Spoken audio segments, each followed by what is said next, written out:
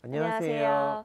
인류의 위기를 이야기하는 인위적 토크 경성대학교 심리학과 교수 임랑현입니다. 디지트 뇌과학과 교수 이성배입니다. 저도 이제 7살이 막 된 딸이 있는데 자꾸 너무 귀여워서 어떨 때는 막 깨물거든요. 팔 같은 데를. 그러니까 정말 귀여운 아이나 귀여운 동물들을 보면 깨물어주고 싶은 충동이 막 생기잖아요. 네.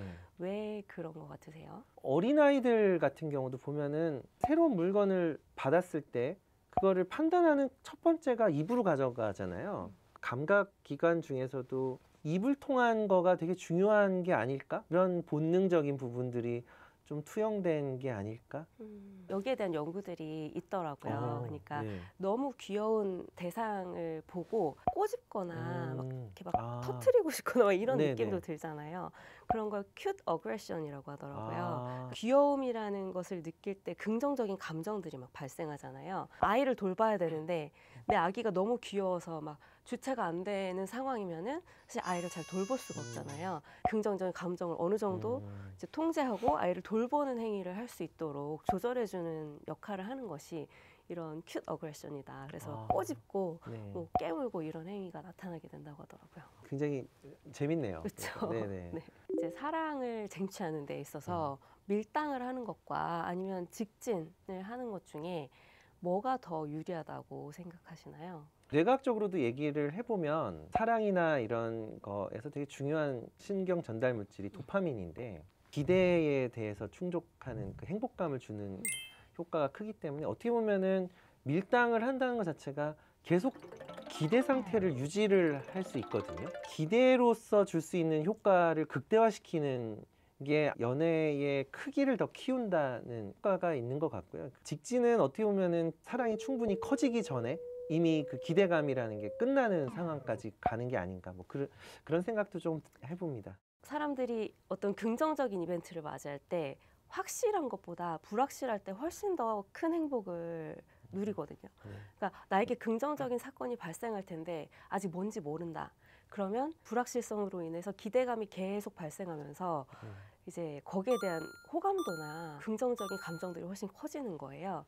근데 관계에서도 마찬가지로 어떤 남성이 있는데 그 남성이 나를 확실히 좋아하는 걸 이미 알고 있는 경우와 이제 좋아하는지 아닌지 모르는 경우, 그리고 확실하게 별로라고 생각하는 것을 아는 경우, 세 가지 중에 여성이 불확실한 경우에 가장 상대 남성에 대해서 호감을 크게 가졌거든요. 그러니까 어떤 관계가 처음 형성되는 단계에서는 어느 정도 불확실성을 유지하면서 친밀해지는 거, 그러니까 한마디로 밀당을 하는 것이 사랑을 쟁취하는 데 유리하다는 거죠. 그럼 여기서 밸런스 게임도 하나 할 건데요. 뇌가 작동하는 기본 원리가 정기적인 바이너리한 시그널로 이루어지니까 사랑이 정기적 신호에 불과하다, 아니면 고차원적인 무엇인가가 있다. 1번은 정기 신호이다. 네. 2번은 좀 더 고차원적인 것이다. 네.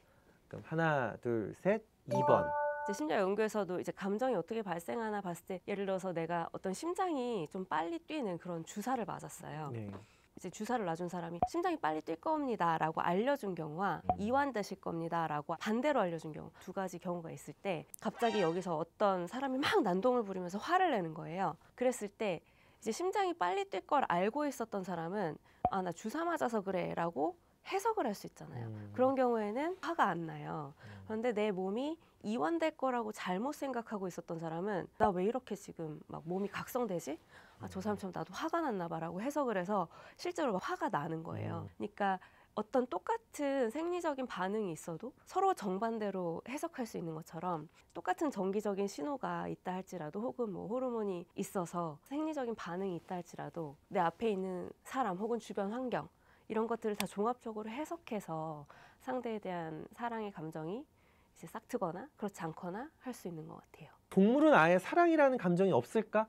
이렇게 배제하기도 좀 힘든 게, 동물에서도 마찬가지로 옥시토신 레벨이 되게 높아지면 자기 자식이 아닌 새끼들까지도 돌보는 경우들이 있는데, 이게 굉장히 저해되는 상황이 만들어지면 자기 자식까지도 해치거나 잡아먹는 일들도 생기기 때문에 사랑의 모습들은 일정 부분 관찰될 수 있고 유전적으로나 본능적인 부분에서 상당 부분 또 영향을 줄 수도 있지 않을까. 그런 호르몬이나 여러 정기적인 상황이 충족이 돼 있을 때 막 사랑이 넘쳐서 자기가 막 보는 모든 이성들에게 끌려야 되는데 그렇지 않고 뭔가 선택을 한다는 거는 저런 걸 뛰어넘는 판단과 감정이라는 것들이 좀 복합적으로 작용하지 않을까 저는 그렇게 생각을 합니다. 챗 GPT 같은 인공지능이 나오면서 실제 대화를 하는 것 자체도 상당히 자연스러워진 상태까지 발전했는데 인공지능의 단계까지 넘어갔을 때 감정이 있냐고 물어보면 분명히 있다고 할 것 같아요. 인공지능한테 전원을 내려서 죽는 것이 두렵냐라고 했을 때 두렵다라고 답을 했었거든요. 소멸된다라는 것이 두려운 것이다라는 걸로 학습이 된 것인가? 아니면 정말 사람이 가지고 있는 감정을 얘가 똑같이 느끼는 것인가? 그거를 판단하기가 좀 굉장히 어려운 게 아닐까. 심리학적으로 봤을 때 인간이 감정을 가지게 된 이유는 네. 한정된 에너지를 가지고 이제 잘 살아나가기 위해서 감정이 이제 진화되었다라고 보거든요. 그러니까 예를 들면 공포라는 감정이 들었을 때 재빨리 도망치거나 분노했을 때 재빨리 공격하거나 이런 부정적인 감정들은 독특한 행동들을 유발시키고 사실 되게 에너지를 많이 네. 사용해야 되잖아요. 그런데 AI 같은 경우에는 컴퓨터는 사실 이미 인간의 인지적인 능력을 훨씬 뛰어넘잖아요. 그러니까 인간에게는 감정이 필요하기 때문에 진화가 되었지만 AI에게 감정이 필요할까?